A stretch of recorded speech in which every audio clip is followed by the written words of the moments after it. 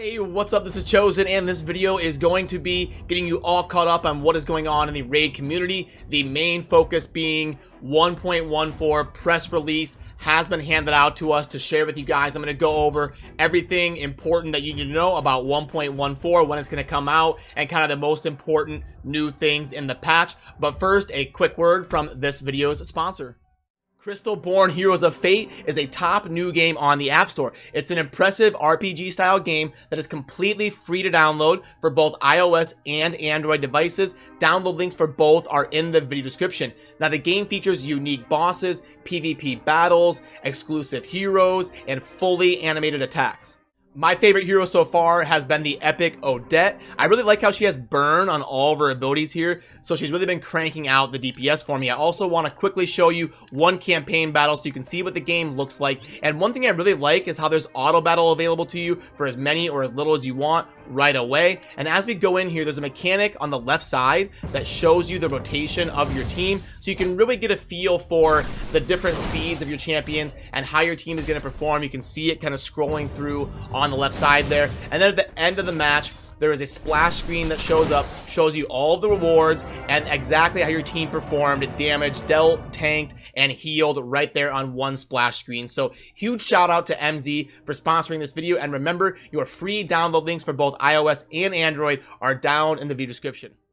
Alrighty, the first order of business I want to get into, and probably the main reason you clicked on this video, is the 1.14 press release that we were given to share with you guys. And I'm going to go over what's important and the most pertinent information to go over. I will also try to remember to upload this and then put a link to it down in the description and maybe pin a comment or something so that you can get access to this document on your own time and be able to read over it and look over it. But I will also kind of include everything in the video here so that you don't feel the need to have to do that. But yeah, let me pull this up.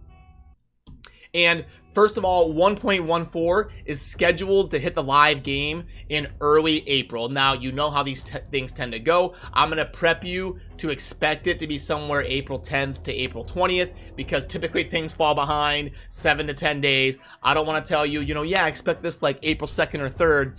It's probably, let's prepare to see it April 10th to April 20th, somewhere in there. And if it comes earlier, great, we can be excited and go over it then. But wow, finally an artifact sorting feature. It has been needed in this game for so long. The fact that we have to build so many champions with faction wars and clan boss and all the different areas of the game, knowing what artifacts we should keep, what we should sell, how many of what set we have, all the grinding that goes into artifacts and sorting and equipping, amazing feature to have here. And this is going to be a welcome addition to the game, obviously. It looks like we can sort by whether we want to see what's equipped or what's not, all the different stats, all the different substats, primary stat, substat, ones that are just new, and every single artifact slot. So wow, amazing feature. I cannot wait to dive in and try this out. It's going to be probably the biggest addition to raid in a very long time. Then the next thing I want to go over is the champion collection capacity increase. This is also a huge deal, and what it's talking about, let me put this away here really quick. If we go to our champion storage, you can see here on my main screen right now it says 77 out of 100. I'm not talking about the vault. The vault is different. This is going to be changing the maximum potential of the basic champion area, your main area, from 100 to 200. So it's not going to be given out for free, I would assume. You're going to have to unlock it like usual. There will be a plus sign right here. You're going to click plus. You're going to be able to buy it with silver or gems. I don't remember the exact cost of what it was to go from 90 to 100. But you can expect it to sell in increments of 10, so you're going to have to purchase 10 times to get from 100 to 200. Hopefully it's not too expensive. I hope they kind of, take care of the player base and put it out for a reasonable price. But it is definitely a welcomed addition, and as long as they price it right, it's going to be a great addition to raid. And then let me pull that those patch notes up again here. Okay, and I am super excited about this next. Clan boss counter. Yes, we have needed this since day one. Guys, we've been behind the scenes clamoring and stomping our fists about this for well, not stomping our fists, stomping our feet about this for so long to add the total damage meter to the clan boss. If some of you are newer players, you might not know why this is such a big deal, but in the end game, it's about min-maxing your damage so that you don't overkill and prevent your clan mates from getting their maximum chest potential. So you really have to be able to keep track of your clan boss damage so that you don't overkill the boss and you're saving room for your clan mates. This is going to make that a million times easier. You don't have to go off of like, okay, so after about 8 minutes, I typically do this much damage, so I need to wait like and have my clan boss damage be about 4.5 minutes, and then remember to leave at the right time. This is going to take care of all of that for you. All you got to do is kind of loosely pay attention. Oh, okay, I need to do about 7 million damage to hit my max chest. Okay, I wait till 7 million damage, boom, I click leave, and we're done. This is an absolutely monumental change for Raid, especially for those endgame clans, those, you know, brutal nightmare and ultra nightmare clans that really want to maximize their damage potential and help out their teammates. This is going to be a huge change for that. Then the next section here looks like it's going to be balance changes, and I don't want to bore you guys and read through all these again because I have done it in a previous video. Remember, I will drop a link to this document in the video description and probably a pinned comment if I remember to do so, and you can pull this up yourself. But the main takeaways that you need to know from this is, wow, Masha led this tornado ability, place a 30% increased speed buff and a 30% increased crit damage buff on all allies, the whole team. Then place a true fear, not a normal fear, a true fear and a leech debuff on all enemies for 2 turns. True fear and a leech that's getting buffed from 10 to 18%. It looks like it doesn't even attack, so it can't hit weak. It's just going to be like a Dracomorph effect. It's just going to be boom, place it. And grant this champion an extra turn. Whew. Wow, that ability is one of the best abilities in the game now. It's probably not as good as like Valkyrie's AoE full team counterattack that places a shield, but wow, this tornado ability, or is it Tornado? I don't even have him. Let me pull up Masha Led real quick here. Now I'm curious. Going over this, Masha Led. Yeah, it is Tornado, so they have a typo there. It's Tornado, and they've got it as Tornado. Okay, but anyway, so yeah, I don't want to go into it too much, but wow, just that one ability is gonna bring Masha Led right out of the vault and into your roster, and he's going to be amazing in Faction Wars. That's going to be an insane arena ability. He's going to be good basically everywhere except for the clan boss. I don't expect him to be super good in the clan boss, but I mean, he does place a leech, which is like a baby lifesteal, so I mean, I guess he won't be trash. We have to kind of wait and see, but wow, I just wanted to make sure and highlight that ability because he's going to be amazing. And the rest of the stuff you can kind of go over here. Again, Duchess, don't freak out about the little nerf that she's getting. The no longer decrease allies, no longer decreases damage allies receive from AoE attacks under Veil. The reason is the Veil buff has a natural AoE damage reduction, so they're buffing the Veil buff. So they're gonna, instead of letting Duchess double dip and get the benefits of both sides, they're gonna go ahead and remove that effect. So she's still gonna be basically just as good as she was before. So don't worry too much about that rework. Duchess is still gonna be really good. And then a brawler. Surprisingly, the Ruination ritual. That's his main utility as a champion. That's his passive that places the poison. Skill no longer has a cooldown. I don't have a lot of experience using a cult brawler because I use Bad El-Khazar in my clan boss team, and they don't really synergize super well with each other. But I would assume this is going to be a big deal for a cult brawler because that's the main utility of his kit. And then it looks like we're getting some more changes to Faction Wars. So improvements to Faction Wars are twofold. We'll touch upon the difficulty of certain stages. Okay, so basically what you need to know is you're going to be lowering the drop rates of the bad glyphs from stages 10 to 12 and completely removing them from stages 13 and 14. So it'll make it a lot easier for you mid-game players out there to start getting some better glyphs.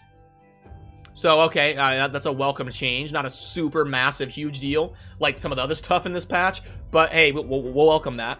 And then it looks like, so the main thing, without trying to take too long going over this stuff, Platinum, they're going to be addressing the fact that people are win trading or farming, you know, one opponent too much. There's going to be a cooldown. I know lots of you aren't in Platinum, but basically they're going to be kind of addressing the win trading and the farming in Platinum and kind of adding a 15-minute cooldown after a certain amount of battles, so they can't just slam the same person over and over and over with gems and refills. And so that'll be a good change. And then this is a big change. Some of you may see out in the community, shout out to Murder Inc. He's been putting out some good videos about this new kind of Phoenix composition, and I know there's a lot of other people that worked on it, but I mainly kind of saw him talking about it. The reason I never really bother with this type of stuff is because I always know this is going to happen. I do think it's cool that some people dive into these mechanics and do videos on it, because it leads to the game becoming better and more balanced. So definitely not knocking those videos or anything, but it's the reason I never really bother diving in and building this stuff, is because you just know it's going to get slammed, or not slammed, but balanced eventually. So even though it looked really cool, I was like, I don't really care to build it, because then it's just going to get balanced, and then I'm going to be back to my normal team that I was using anyway. So it looks like Plarium is going to be, you know, balancing this pretty swiftly. I expected it to take like 2 months, admittedly, but it looks like they're going to be slamming it within a few weeks and bringing it back into line, which some people are going to be upset about, that did take the time to build this, you know, revive Phoenix comp. But you know, it is a good thing. You don't want like one comp to be doing 100 million damage on Ultra Nightmare where nothing else can compete with it. Then we're back to the unkillable meta again, where nothing can compete with it, and you basically only have one option in terms of an endgame team. So you do want a nice, healthy, balanced ecosystem, and you want multiple things to be viable. It's been my knock on counterattack being like way broken, and they need to introduce more counterattack champions or more mechanics that are as powerful, but that could be a whole different 30-minute discussion, so we won't get into that right now. But yeah, so basically they're going to be fixing the like infinite revive Phoenix comp. And then the next section is about Leech and Veil. We've already gone over this. Leech getting the buff from 10% to 18%. Veil is adding some damage reduction from AoE attacks, so we've covered that. And then the fear changes, they're basically just going to be taking some time to, you know, the following masteries will now include affecting fear and true fear. So the opportunist, mighty endurance, these are mastery changes. So all in all, pretty good. And then miscellaneous, the fusion menu will display champions who are required for specific fusions, but are in the champion vault. So before, when you were doing a fusion, like, let me pull this out here, I can go over this. Some of you might be confused what this means. I think this is what it means anyway.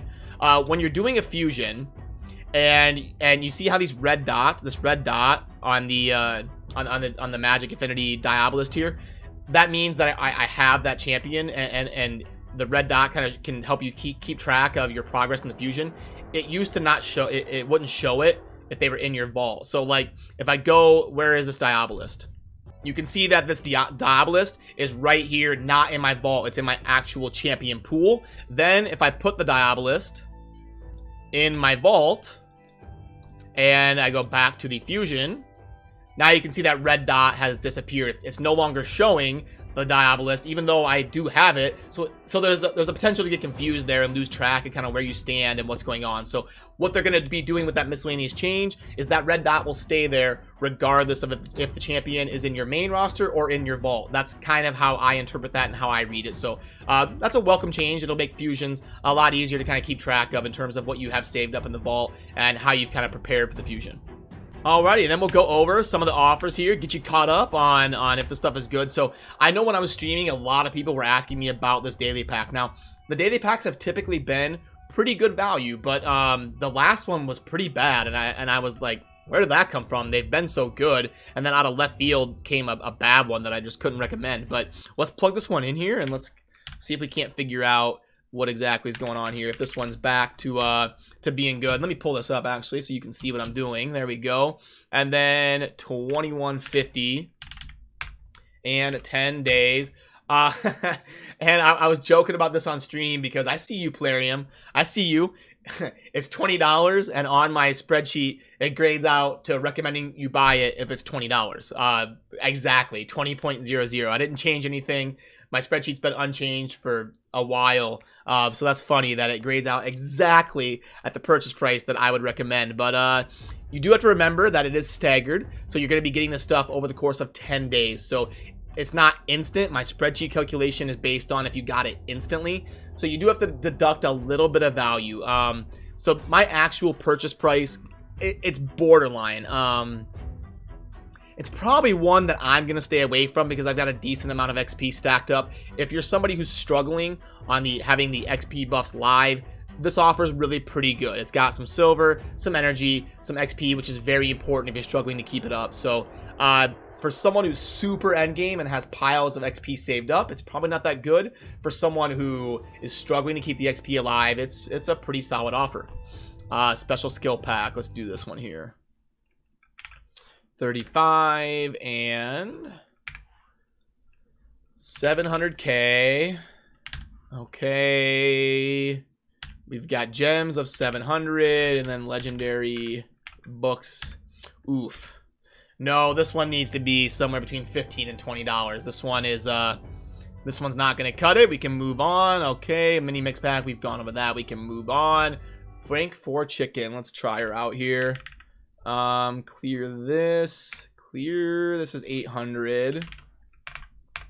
1.8. Oh, no. Edit, undo. Live errors here. All right, 800. No energy. We've got 80, 160 brews. Is that right?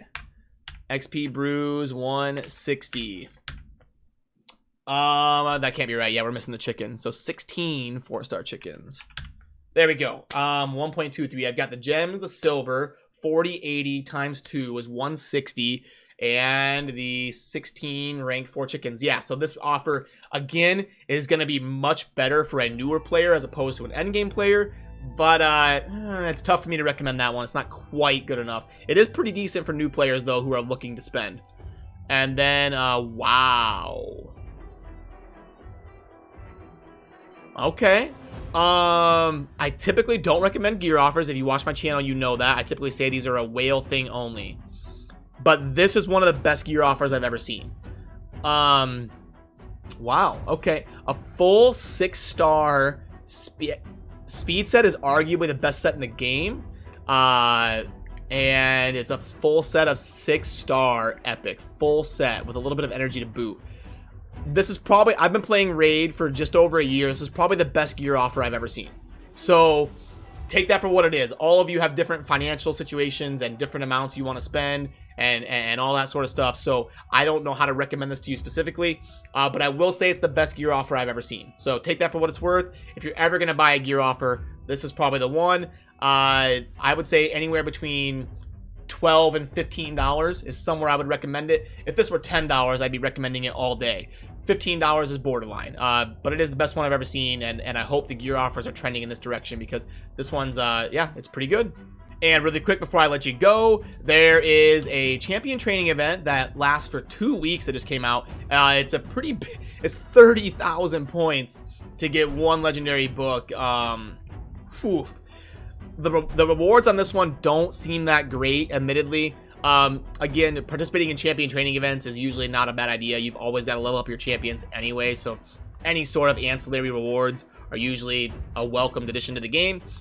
So I'm not going to say it's terrible, but the rewards here are definitely more lackluster than what I've kind of seen in previous champion training events.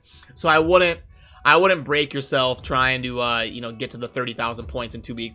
I only recommend doing that when it's like part of a fusion or something. But yeah, just kind of play your normal game and kind of scoop up the rewards you can along the way. Is kind of how I view this event.